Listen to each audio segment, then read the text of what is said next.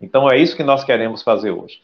Eu dividi essa palestra nesta manhã em 3 momentos. O primeiro vai ser de uma leitura e exposição do texto bíblico. Textos, eu selecionei 2, que falam diretamente sobre essa questão da relação do crente com o ambiente político, com o ambiente social.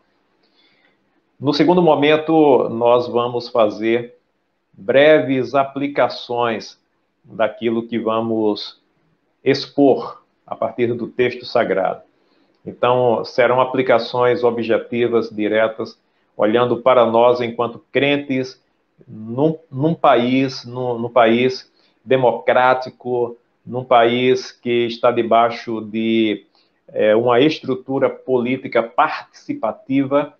Então, vamos nos ver como cidadãos desta nação, deste país, à luz do texto que vamos expor daqui a pouco. E no terceiro momento, eu vou simular 2 ou 3 situações, 2 ou 3 perguntas, que talvez não fossem contempladas nas perguntas que os irmãos venham a fazer posteriormente. Então, eu me anteciparei para colocar 2 ou 3 situações acerca da relação da igreja com a política ou dos crentes, especificamente, com a política. O primeiro texto que eu quero ler com vocês, e convido vocês a nos acompanharem, está na primeira carta de Pedro, primeira epístola de Pedro, capítulo 2, dos versos 13 a 17. Depois nós vamos ler um texto clássico no que tange a essa temática, que é Romanos, capítulo 13, versos 1 a 7. E vamos basear nossa reflexão principalmente no segundo texto, no texto de Romanos. Porém, eu começo por Pedro, porque esse texto de Pedro tem muita semelhança com o texto de Romanos, e eu tenho a impressão de que, ao escrever, de alguma maneira faz referência ao outro. Pelo fato de Paulo falar de maneira mais abrangente, me parece que a tendência é que Pedro tenha tido conhecimento desse texto de Paulo e então fez as suas considerações de maneira mais breve e focando um pouco mais na segunda parte, que é quando ele trata da relação entre servos e senhores. Não vamos entrar nessa parte do texto de Pedro, mas apenas na primeira. 1 Pedro, capítulo 2, versos 13 a 17, que diz o seguinte: sujeitai-vos a toda a autoridade humana por amor do Senhor, quer ao rei como soberano, quer aos governadores como por ele enviados, para castigo dos malfeitores e para louvor dos que fazem o bem. Porque assim é a vontade de Deus, que, fazendo o bem, façais emudecer a ignorância dos homens insensatos, como livres, e não tendo a liberdade como capa da malícia, mas como servos de Deus, honrai a todos, amai aos irmãos, temei a Deus, honrai as autoridades.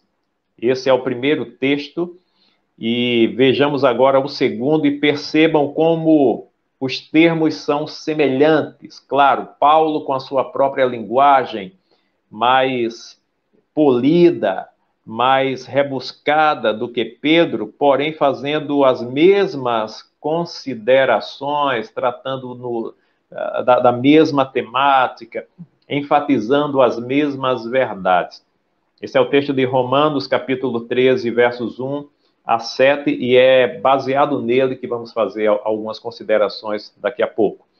Diz assim: toda a alma esteja sujeita às potestades superiores. Aqui ele usa um termo genérico.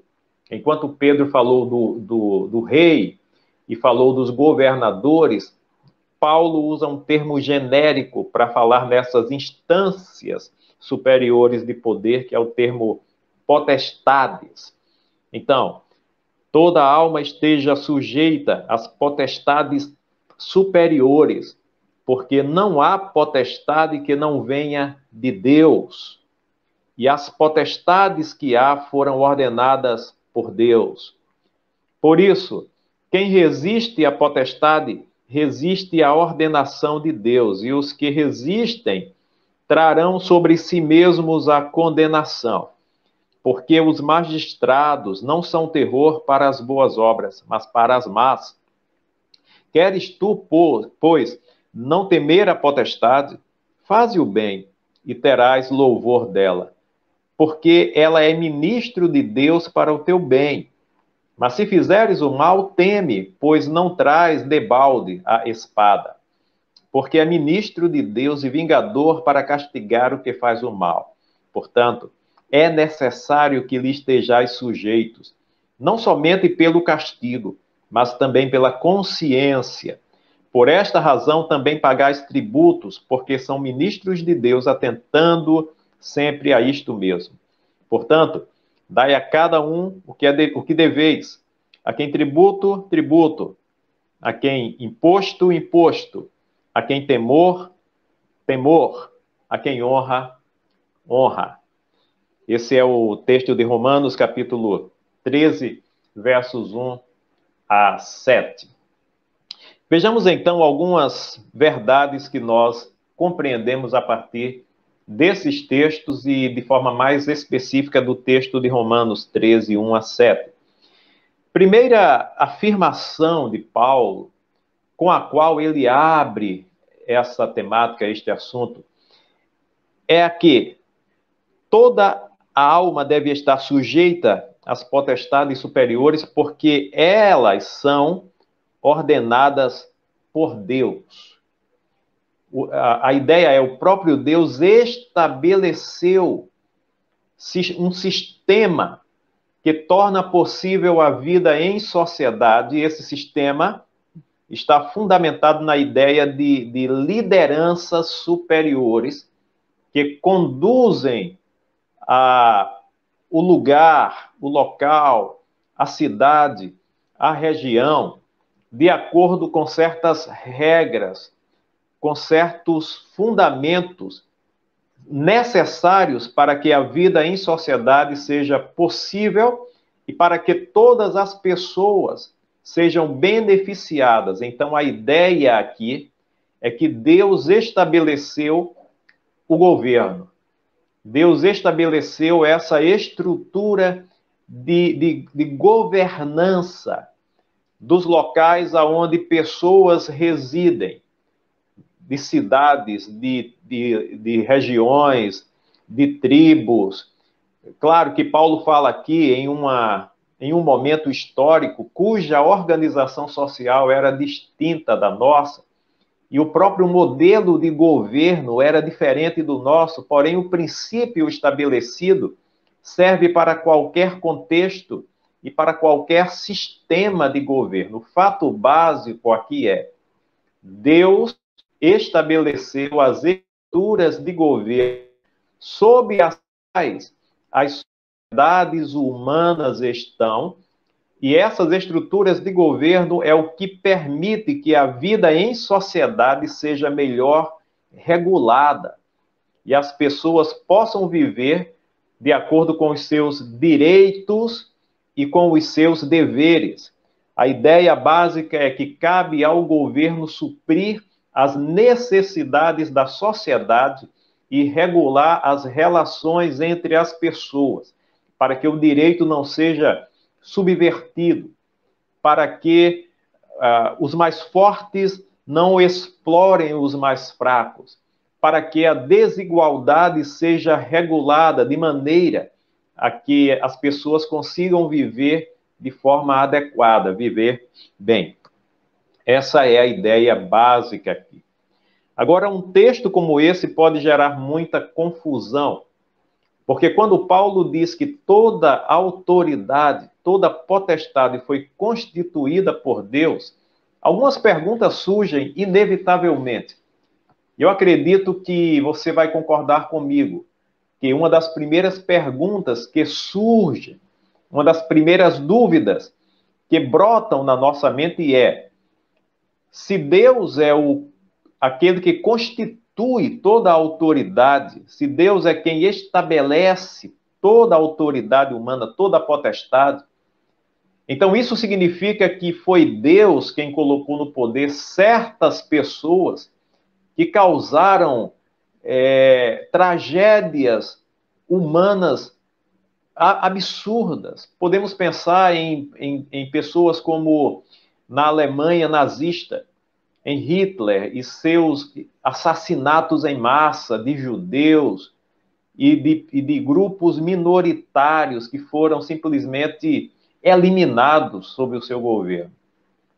Fala-se em mais de 6 milhões de judeus mortos sob Hitler. Então a pergunta é, Deus instituiu um homem como Hitler? Ou Deus instituiu um homem como Stalin, que perseguia cristãos, que matava cristãos, que matava o seu próprio povo? É isso que Paulo está dizendo, que nós devemos nos sujeitar a pessoas como essas? Então essas questões surgem inevitavelmente. E se um texto como esse não for entendido da forma adequada, nós podemos cair no erro de dizer que Hitler era, assim, um servo de Deus. Agora, isso parece absurdo, quando nós comparamos com outros textos da palavra de Deus que fala contra a exploração, a violência, a maldade, a tirania.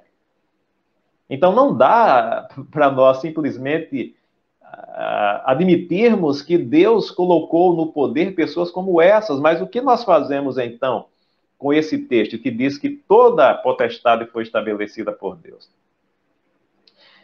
A solução desse problema não é tão difícil como pode parecer, e é isso que eu queria convidá-lo nesse primeiro momento a ver comigo nesse texto.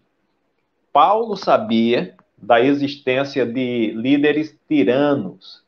Paulo sabia da existência de governantes, de autoridades que exploravam e agiam com violência. Então, ele está dizendo essas coisas com plena consciência do que acontecia no seu entorno, naquele contexto do Império Romano. Então, a pergunta, será que Paulo estava legitimando a atitude dessas pessoas, desses governantes? Eu quero dizer para você, querido irmão, querida irmã, que não dá para afirmarmos isso a partir desse texto, absolutamente. Paulo não está legitimando esse tipo de coisa e nós vamos entender por quê. Existe um pressuposto básico que Paulo estabelece nesse texto. E ele não está pensando aqui em individualidades, ele está pensando na instituição dos governos, em todas as suas camadas, em todas as suas estruturas, como sendo instituições importantes e necessárias para a sociedade. E qual é o pressuposto básico aqui? É o pressuposto do bem, o pressuposto da justiça. Paulo simplesmente está ignorando o fato de que algumas autoridades extrapolam os seus deveres e agem com tirania. Ele não entra nessa questão e deixa ela de lado. E ele entra diretamente no pressuposto de que as instituições de governo têm uma finalidade básica, que é a promoção do bem, a promoção do bem comum, do bem coletivo, olhando para todos de forma igualitária. Observe comigo como isso é claro no texto. Quando ele diz, primeiro, que as potestades foram ordenadas por Deus, e tudo o que vem de Deus é bom. Absolutamente tudo que vem de Deus como construção, como criação, é bom. Nas palavras de Gênesis, do capítulo 1 e 2 da criação, quando diz que tudo que Deus fez era bom. E é exatamente isso. Então, o primeiro fato aqui é, Paulo diz que as autoridades vêm de Deus, logo não podem ser más. Isso já coloca em xeque toda a tirania. Isso já coloca contra a parede toda a perversão de poder. Segunda coisa, no verso 3, ele diz: os magistrados não são terror para as boas obras, mas para as más. Queres tu, pois, não temer a potestade, faze o bem e terás louvor dela. Então veja que ele parte aqui do pressuposto de que as potestades são guardiãs do bem, da justiça, da promoção daquilo que é positivo para a vida em sociedade. Esse é o pressuposto básico do governo. Esse é o pressuposto básico das autoridades. É isso que Paulo tem em mente e é isso que ele propõe. Se existem desvios nesse processo, e se indivíduos, e se anomalias, como um Hitler, por exemplo, pode surgir no processo, isso não inviabiliza o governo enquanto instituição. Esse déspota, a seu tempo, será eliminado.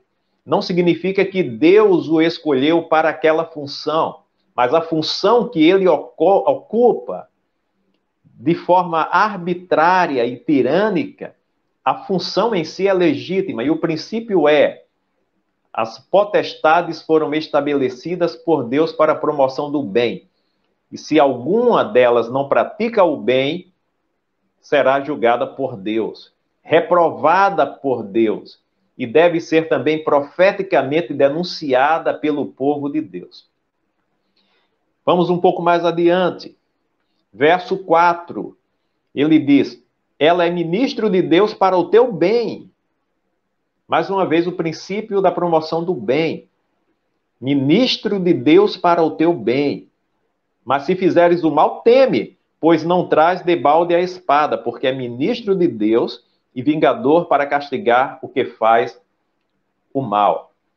Então perceba que ele está trabalhando aqui com esses elementos de bondade e de justiça. Promoção da bondade, ou seja, viabilizar uma vida em sociedade mais adequada para todos, para absolutamente todos. E se isso não acontece, há um desvio de finalidade, porque o que está estabelecido por Deus é isso. Paulo simplesmente aborda o que foi estabelecido por Deus como princípio regulador de toda a ação política, promoção do bem comum, promoção da justiça e ser guardiã da justiça, estabelecendo o castigo para aqueles que se desviam da ação correta e promovendo o reconhecimento justo para aqueles que vivem de maneira certa, de forma adequada. Esse é o princípio que Deus estabelece.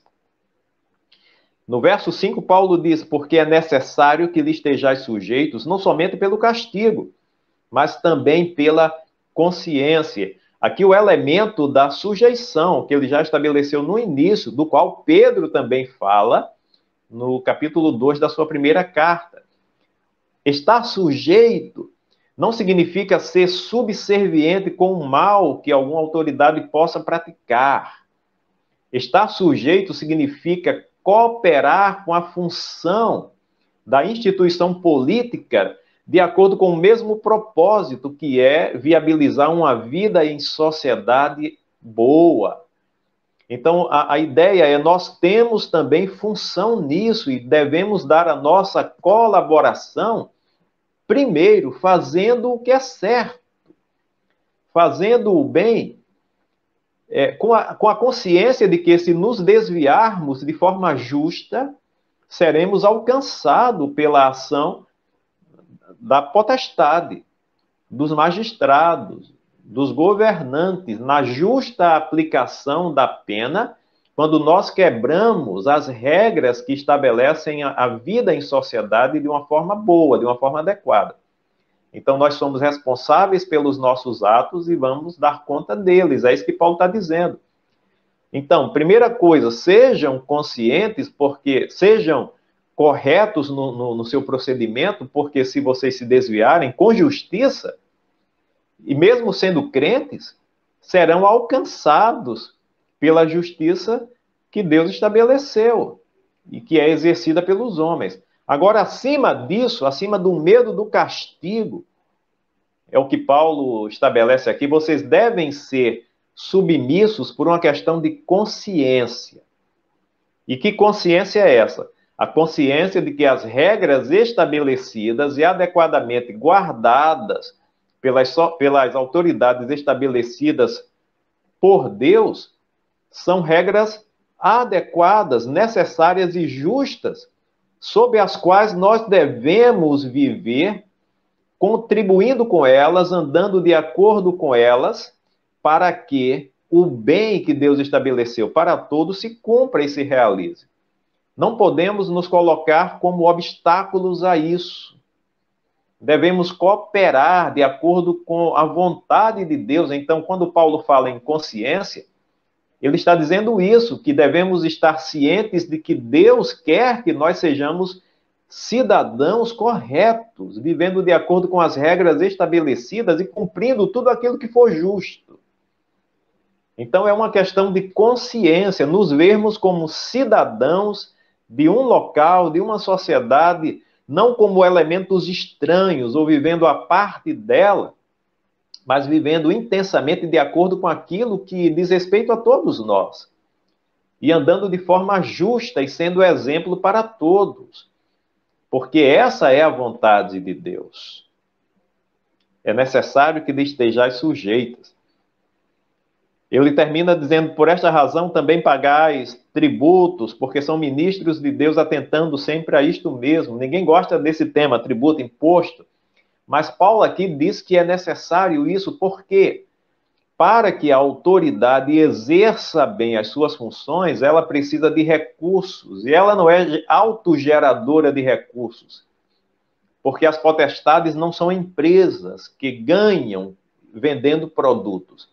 Elas devem ser, portanto, viabilizadas por aqueles que são beneficiários dela, que é o povo, que é a população.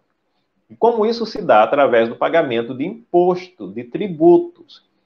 Agora, mesmo esse tema, impostos e tributos, ele parte desse pressuposto. Por que se arrecada?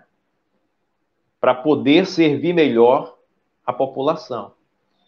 Mais uma vez, veja, por esta razão, também pagais tributos, porque são ministros de Deus, atentando sempre a isto mesmo. Os impostos e os tributos visam permitir às autoridades servir ao povo, estabelecer a justiça, atender às necessidades. Então, elas são financiadas por aqueles que são beneficiários dela. Agora, se você percebe, você deve concordar comigo numa coisa. Quando a autoridade desvia os recursos adquiridos, recebidos pela própria sociedade, e os usa de forma inadequada, então eles pecam. Porque esses impostos e tributos devem ser revertidos para o próprio povo, para o bem. Quando há perversão no uso adequado desses recursos, nós temos a corrupção. Esse mal terrível que inviabiliza o crescimento das nações, dos estados, das cidades, e que fere o princípio que Deus estabeleceu para o governo.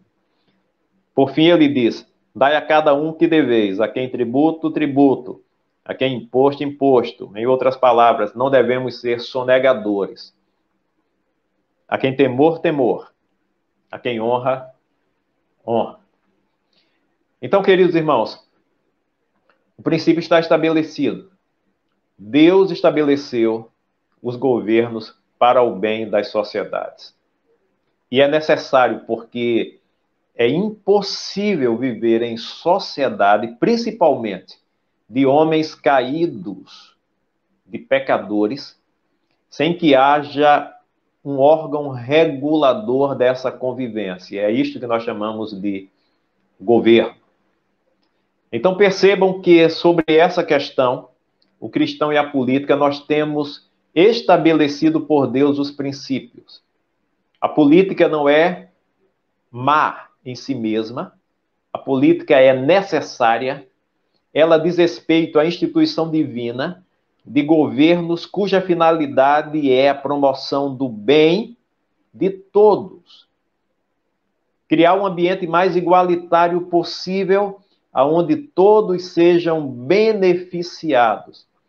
E cabe a todos os crentes cooperarem com isso, dando exemplo quando se submetem às leis do país e glorificam a Deus pelo seu bom exemplo, cooperando assim para que as coisas caminhem bem. Agora, vamos começar a fazer algumas considerações de cunho mais prático. Nós já vimos essa rápida exposição do texto de Romanos, e o que nós percebemos aqui, em primeiro lugar, é que Deus não legitima governantes despóticos ou governos despóticos. Quando um governo ou um governante se torna despótico, ele se torna repreensível diante da vontade de Deus. Ele quebra a regra básica de que o governo serve para a promoção do bem comum e o estabelecimento da justiça, sendo guardião da justiça. Então, isso já está posto, já está estabelecido. Aquela pergunta que eu falei que poderia surgir, fundamentalmente nos diz, a resposta fundamental, a resposta clara das Escrituras é: Deus não legitima a ação dos perversos e dos tiranos. Esses são julgados por Deus e darão conta dos seus atos. Deus não é aquele que legitimava as ações de um Hitler ou de um Stalin. Esses são aberrações quando nós pensamos na ideia de governo, na ideia de política.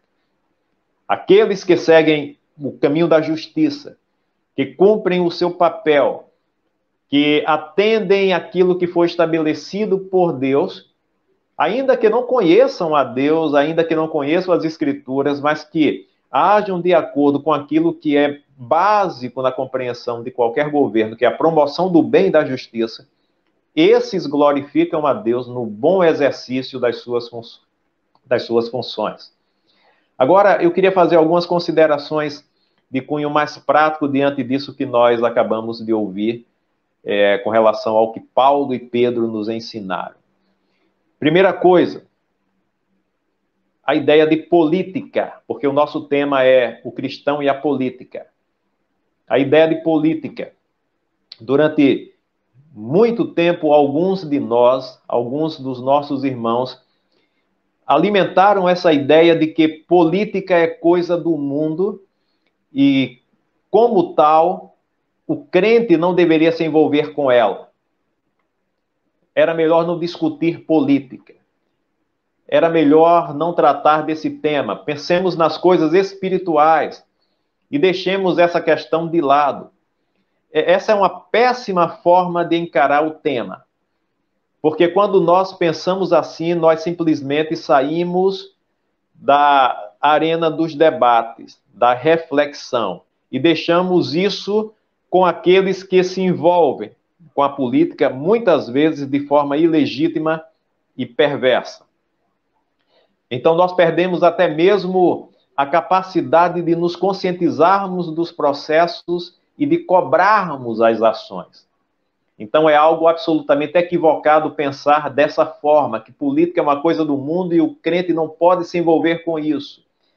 Vimos que o princípio foi estabelecido pela palavra de Deus. Nós devemos sim, e é inevitável, porque até mesmo quando dizemos não quero me envolver com isso, não podemos deixar de nos envolver, porque somos cidadãos de um local que é regido por um sistema político. E nós, ao cumprirmos regras, necessariamente já estamos nos envolvendo. Então, essa ideia é absurda e impraticável. Ela é absolutamente inadequada. E só serve para perpetuar a injustiça. Porque aqueles que conhecem a verdade se retiram do campo das discussões e das ações positivas.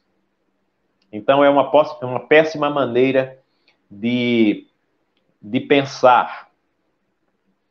Segunda coisa, com base nisso que nós acabamos de ouvir das Escrituras Sagradas, qual é a nossa posição como cristãos diante do ambiente político? Pensemos aqui, do ambiente político, enquanto cidadãos.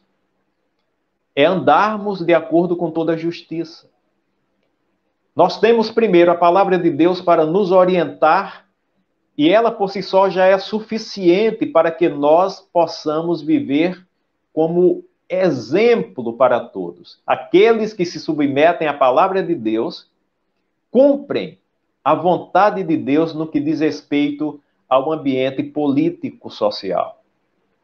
Porque uma vez que o governo está posto para a promoção do bem, aqueles que fazem a vontade de Deus vivem nesse ambiente da bondade e da justiça. Então, eles se encaixam automaticamente nas boas práticas, que envolvem as boas práticas enquanto ente político, cidadão de uma cidade, de um estado, de um país. A ideia básica é: sirvamos a Deus obedecendo-o e a toda a sua palavra e nos sujeitando a toda a justiça que é regulada pelo ambiente governamental, pelos governos, no nosso ambiente político-social. Devemos nos submeter às regras, pagarmos os nossos impostos, cumprirmos as leis do país, aquelas leis justas, verdadeiras, e pelo princípio da justiça, devemos profeticamente denunciar os desvios dos políticos, que não são o desvio do governo estabelecido por Deus, mas são os desvios dos homens que usam mal essa instituição. Então, a denúncia é necessária e é legítima. E a resistência também se torna necessária quando os desvios são profundos. A palavra de Deus equilibra tudo. Veja, por exemplo, como essa ideia de relação com as instituições superiores é verdadeira. A obediência de acordo com aquilo que Deus estabeleceu e a resistência quando fogem do que Deus estabeleceu, nós vemos isso claramente no capítulo 5, verso 29 de Atos dos Apóstolos. Quando os apóstolos são ali trazidos à presença das autoridades judaicas, e a eles é dito, não preguem, ou fora dito anteriormente, não preguem nesse nome, no nome de Jesus. Então o governo está determinando que eles não poderiam falar em nome de Jesus, ou não ensinar acerca de Jesus. Eles desobedecem essa ordem e pregam. Quando são trazidos de volta às autoridades, eles são cobrados. E eles dizem, nós deixamos claro que vocês não poderiam falar nesse nome. E a resposta de Pedro e dos demais apóstolos é, convém obedecer a Deus antes de que aos homens. E eles simplesmente deixam claro que serão desobedientes àquilo que a autoridade estava determinando. Por quê? Porque ela estava exorbitando e indo contra o próprio Deus, contra a própria instituição divina. Logo estavam traindo o seu ofício. E a resposta de Pedro é, não vamos cumprir. Nós vamos ser fiéis a Deus. Agora entenda, quando eu digo, Pedro diz, não vamos cumprir, eu não faço nenhuma referência a algumas coisas que nós vemos hoje no país. Entenda. Não me entendam mal. Eu estou falando qual é a lógica de Pedro. Se você vai contra o que Deus estabeleceu, você traiu a sua função, a sua obrigação diante da função. Tornou-se reprovável. Vamos antes obedecer a Deus do que aos homens. No que diz respeito à nossa realidade, nós devemos nos sujeitar, sim. Porém, quando os homens se tornarem perversos e intentarem e atentarem contra a justiça, que é o fundamento e o pressuposto de toda governança, então, como igreja do Senhor, nós devemos resistir em nome do Senhor e denunciar a injustiça, a exploração, a corrupção, a mentira, o engano, a violência. Não podemos ficar calados. Agora, não é por provocação de um ou de outro, de uma autoridade ou outra, de um partido ou outro, é por uma questão de consciência. A consciência de que, ao agir de forma tirânica, os governantes estão subjugando o seu próprio povo e levando pessoas ao sofrimento, e não podemos ficar calados diante disso. A nossa consciência deve ser essa: sujeição ao que é justo, resistência e denúncia profética, aquilo que é contra a vontade de Deus. Porque se não é dessa forma, nós nos tornaremos, ao resistirmos às autoridades de forma inadequada, nos tornaremos anarquistas. Ou, ao nos sujeitarmos às autoridades quando elas extrapolam e fazem o mal, nos tornaremos coniventes, por subserviência, por covardia, contribuindo para a promoção da injustiça por meio da nossa covardia. Nenhuma coisa nem outra é boa. O que é bom é nós andarmos de acordo com os princípios que Deus estabeleceu. Sejamos fiéis a Deus e obedientes às autoridades, mas sejamos também fiéis a Deus e pessoas que denunciam o mal de forma profética quando as autoridades extrapolam. Essa é a consciência que nós devemos ter de acordo com a palavra de Deus. Então, essas são algumas considerações práticas a partir daquilo que Paulo nos ensina. Eu quero terminar pensando 2 ou 3 situações que eu acho que são dúvidas também dos irmãos. O tema é muito amplo, muita coisa poderia ser dita, mas eu estou me concentrando na ideia do princípio estabelecido por Deus para a autoridade, da nossa relação como cristãos e como cidadãos, com esse ambiente no qual o governo estabelecido por Deus é o guardião da justiça e o promotor do bem, de acordo com o que Deus determinou, ao qual nós nos sujeitamos por uma questão de consciência, de temor a Deus e da consciência do nosso papel como agentes que promovem o bem quando agem da forma certa e cooperam com a atividade dos governos. E eu quero terminar com essas situações então. Por exemplo, alguém poderia perguntar: um cristão deveria ser político? Entrar na política? Alguns dizem definitivamente não, porque se ele entrar, se corrompe. Meus amados irmãos, eu fico confuso. Como alguém pode pensar desse jeito? Se um cristão entrar na política, ele se corrompe, então não deve entrar. Eu vejo 2 problemas aqui. O primeiro é o medo de corromper-se por estar num ambiente que ele julga perigoso. Afinal de contas, nós não temos firmeza na nossa fé? Nós não estamos absolutamente fechados com a palavra e com a vontade de Deus? Sim, porque se nós estamos e se nós temos consciência diante de Deus e temos firmeza, por que temer? Por que ter medo? Por que temer se corromper? Essa é um pensamento incompreensível e injustificável e que só cabe numa lógica em que a palavra de Deus não é levada a sério. Porque aqueles que levam a palavra de Deus a sério não temem nenhum ambiente, porque ele entrará e sairá de forma a glorificar a Deus.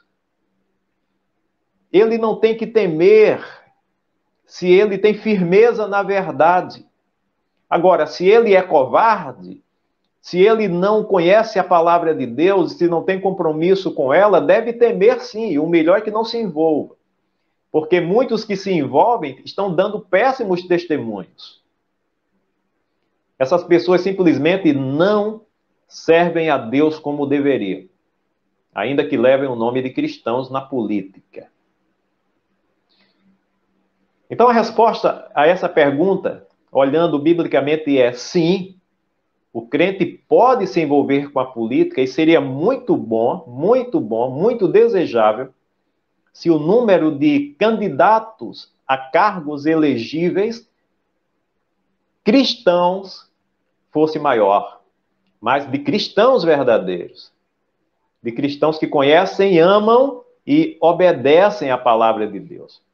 Porque essas pessoas só promoveriam o bem na medida em que agissem de acordo com sua consciência diante de Deus.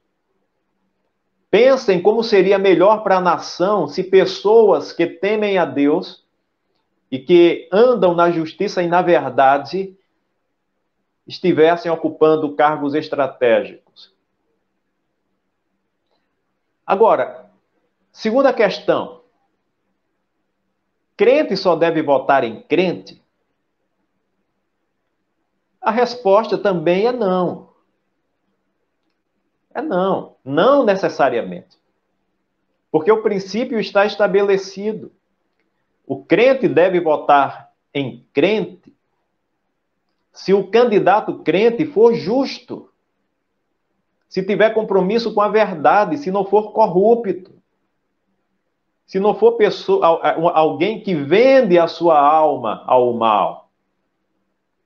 Então ele é digno do voto. Agora, se diante de um quadro onde você tem um crente e um descrente, sendo que o crente é injusto e o descrente é alguém que cumpre com aquilo que Deus estabeleceu, então esse é mais digno do seu voto do que o irmão corrupto.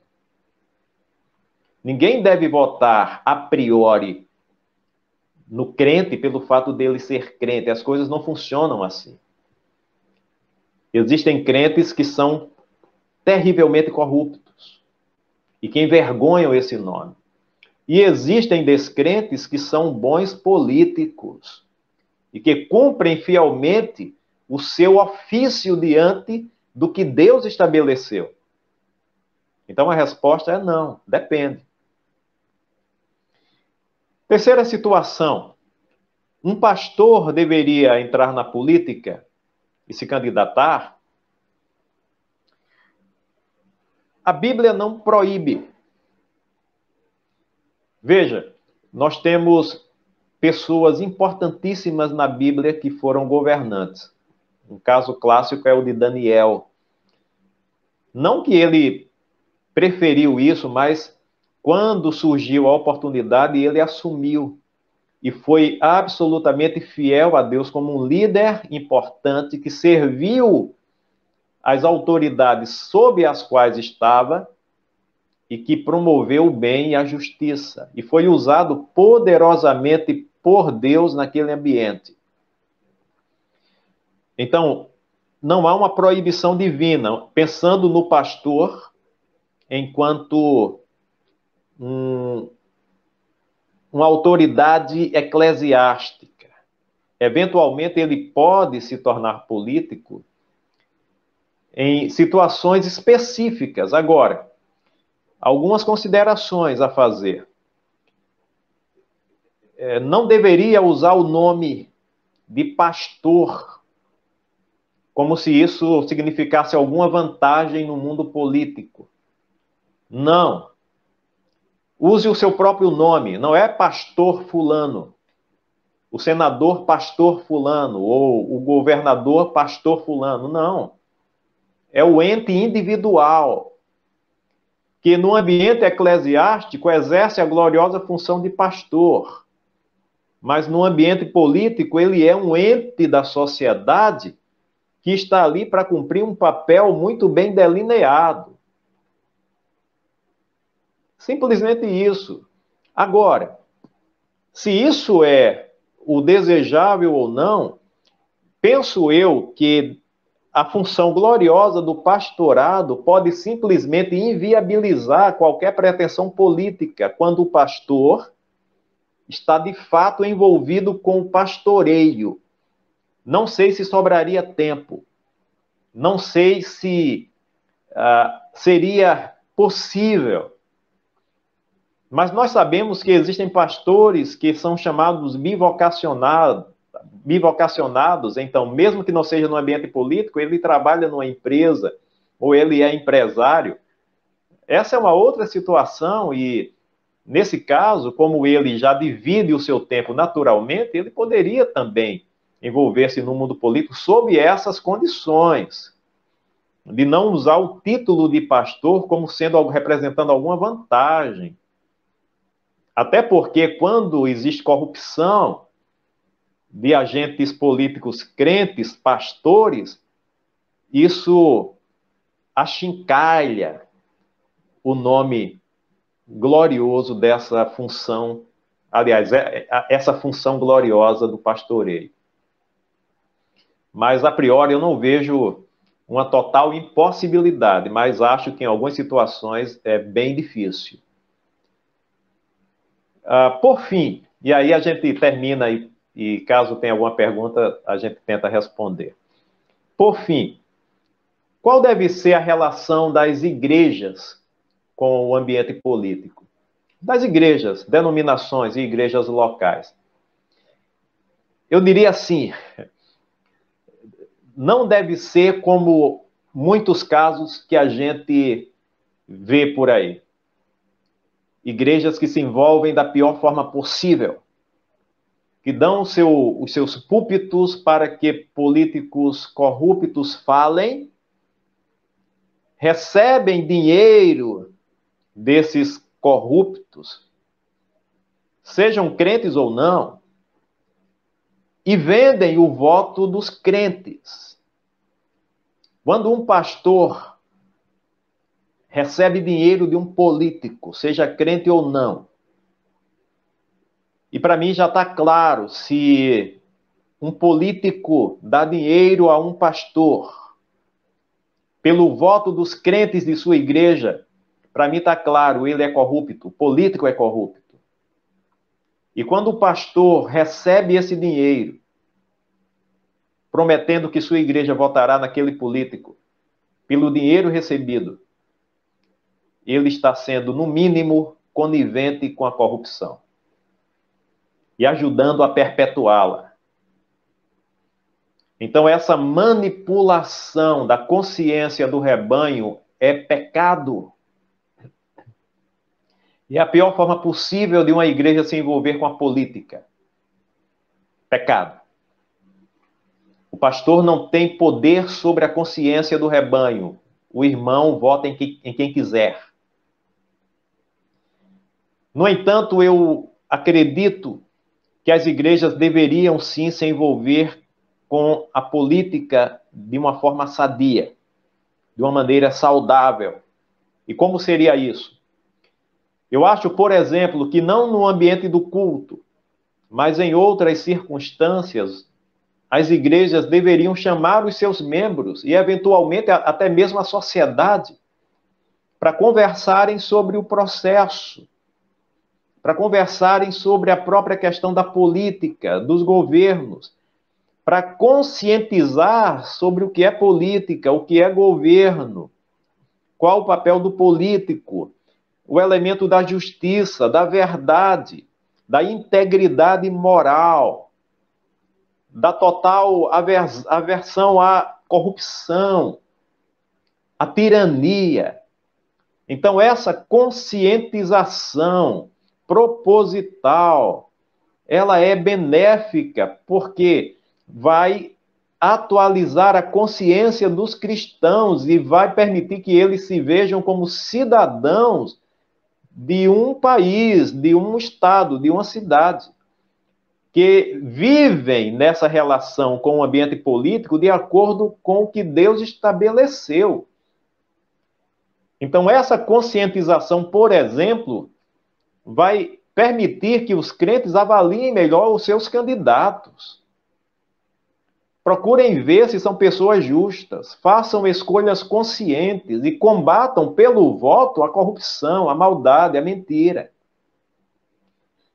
A igreja poderia ou deveria chamar algum político para falar entre eles? Por que não? Só não acho que o culto seja o local adequado, mas qualquer outro momento, qualquer outra reunião com essa intenção, é bom que eles se apresentem e que falem para serem ouvidos, conhecidos, indagados, cobrados. Não tem problema nenhum nisso. E seria interessante que nós pudéssemos ouvir face a face, tete a tete, os candidatos, né? Para podermos avaliar melhor.